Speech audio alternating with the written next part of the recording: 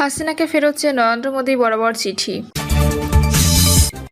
চিকিৎসার জন্য ব্যাংককে যাচ্ছেন মির্জা ফখরুল। যুবককে গুলি করে হত্যার পর বন্ধুকে হুমকি, তোকেও খেয়ে ফেলবো।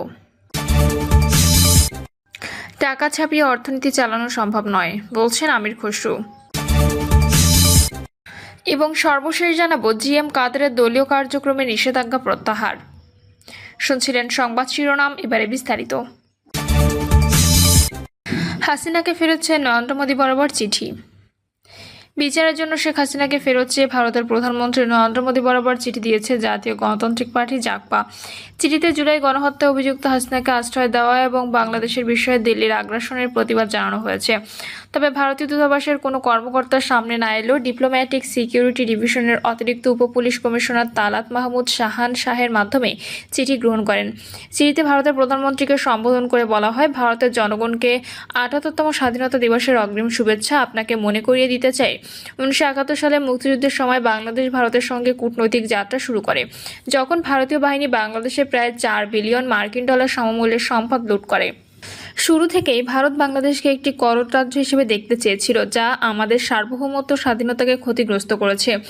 চিঠিতে বলা হয়, দীর্ঘদিন ধরে ভারত দুই দেশের মধ্যে প্রবাহিত ৫৪টি অভিন্ন নদীর পানির ন্যায্য হিসা থেকে বাংলাদেশকে বঞ্চিত করেছে। অবৈধভাবে ভারত বাংলাদেশের কিছু অংশ দখল করে রেখেছে। উপরন্তু ভারত তার নিজেদের সুবিধার জন্য বিভিন্ন সময় বাংলাদেশের মধ্য দিয়ে ট্রানজিট রুট ও করিডোর ব্যবহার করেছে। এসব কিছুর উপরে রিসার্চ অ্যান্ড অ্যানালাইসিস উইং এবং ভারতীয় সশস্ত্র বাহিনী অনুমোদিতভাবে বাংলাদেশের প্রশাসনে হস্তক্ষেপ করেছে। এটি একটি অনৈতিক কাজ, যা আপনার দেশের জন্য লজ্জাজনক। মোদির উদ্দেশ্যে চিঠিতে বলা হয়, আপনার সরকার বারবার আমাদের অভ্যন্তরীণ বিষয়ে হস্তক্ষেপ করেছে, যার মধ্যে জাতীয় নির্বাচনে কারসাজিও আছে, ফলশ্রুতিতে যা ভারতের স্বার্থকেই রক্ষা করেছে। অবৈধ প্রভাব এবং গোপন কার্যক্রমের মাধ্যমে ভারত আমাদের রাজনৈতিক, শিল্প, সাংস্কৃতিক এবং গণমাধ্যম খাতকে ব্যবহার করেছে।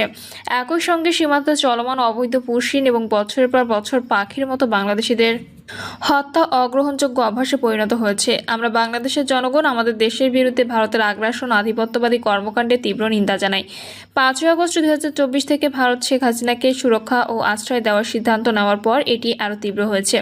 ফ্যাসিস্ট শেখ হাসিনা, যার বর্তমানে কোনো বৈধ বাংলাদেশি পাসপোর্ট নেই, আন্তর্জাতিক ট্রাইব্যুনালে গণহত্যার অভিযোগে অভিযুক্ত বাংলাদেশের জনগণের পক্ষ থেকে শেখ হাসিনাকে সম্পূর্ণ নিরাপত্তা সুরক্ষা দেওয়ার জন্য ভারতের ষড়যন্ত্রমূলক কর্মকাণ্ডের বিরুদ্ধে তীব্র নিন্দা ও প্রতিবাদ জানাচ্ছি, যিনি একজন স্বৈরশাসক ও গণহত্যাকারী হিসেবে অভিযুক্ত।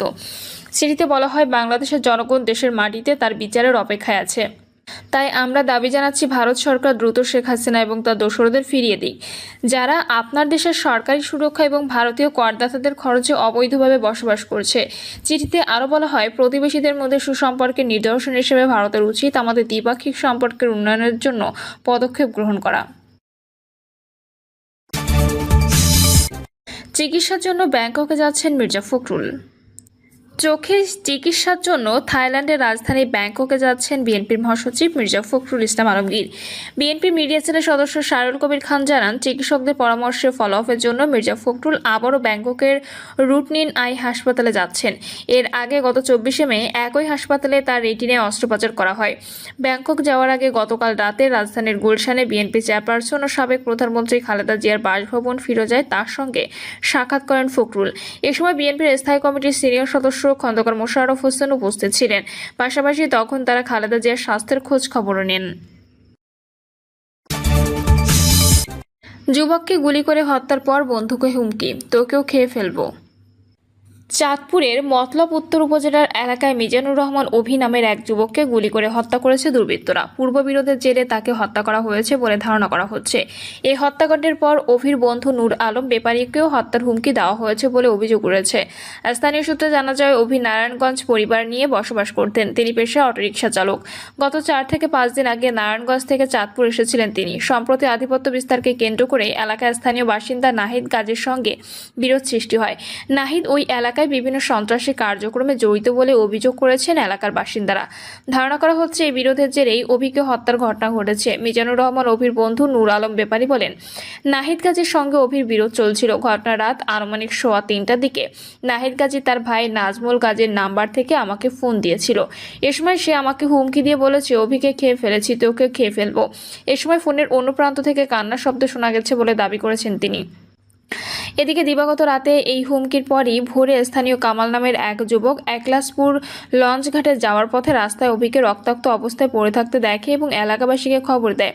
পরে স্থানীয়রা উদ্ধার করে উপজেলা স্বাস্থ্য কমপ্লেক্সে নিতে কর্তব্যরত চিকিৎসক তাকে মৃত ঘোষণা করেন। তবে ভোর রাতের দিকে অভিকে হত্যা করা হয়েছে বলে ধারণা করেছে পুলিশ।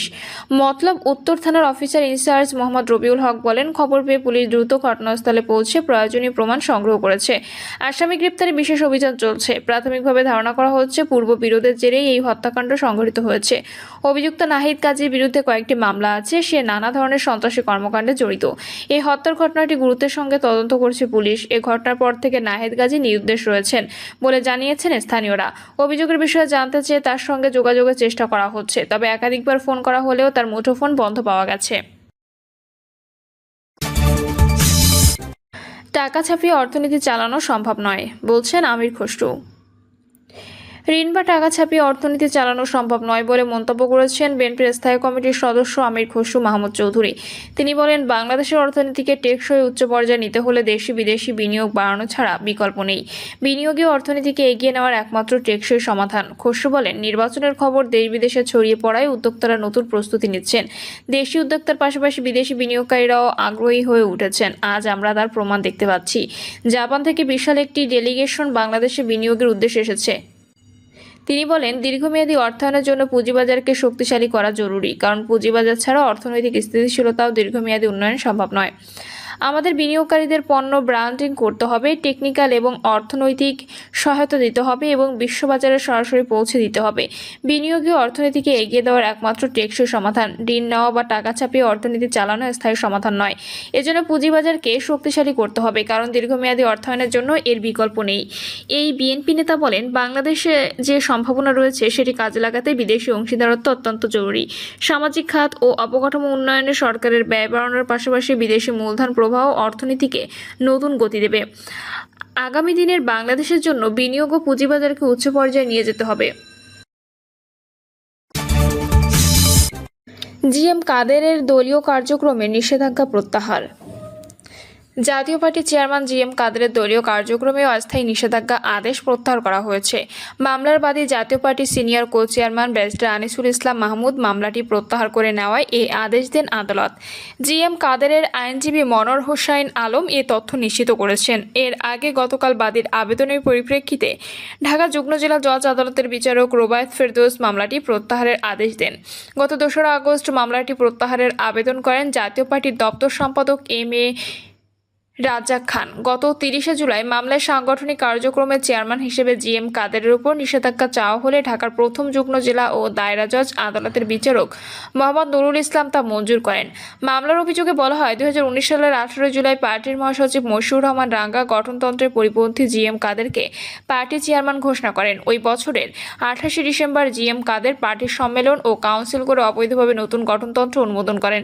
সর্বশেষ 2025 সালে 28 জুন প্রাথমিক সদস্য পদ সহ সব পদ থেকে দলটির প্রেসিডিয়াম সদস্য সহ 7 জনকে, পরে আরও 3 জনকে অব্যাহতি দেওয়া হয় এবং জাতীয় পার্টি নিজস্ব ওয়েবসাইট থেকে তাদের নাম মুছে ফেলা হয়। প্রিয় দর্শক, এই ছিল এখনকার সর্বশেষ সংবাদ। আপডেট সব সংবাদ পেতে চ্যানেলটি সাবস্ক্রাইব করে বেল আইকনটি ক্লিক করে রাখুন।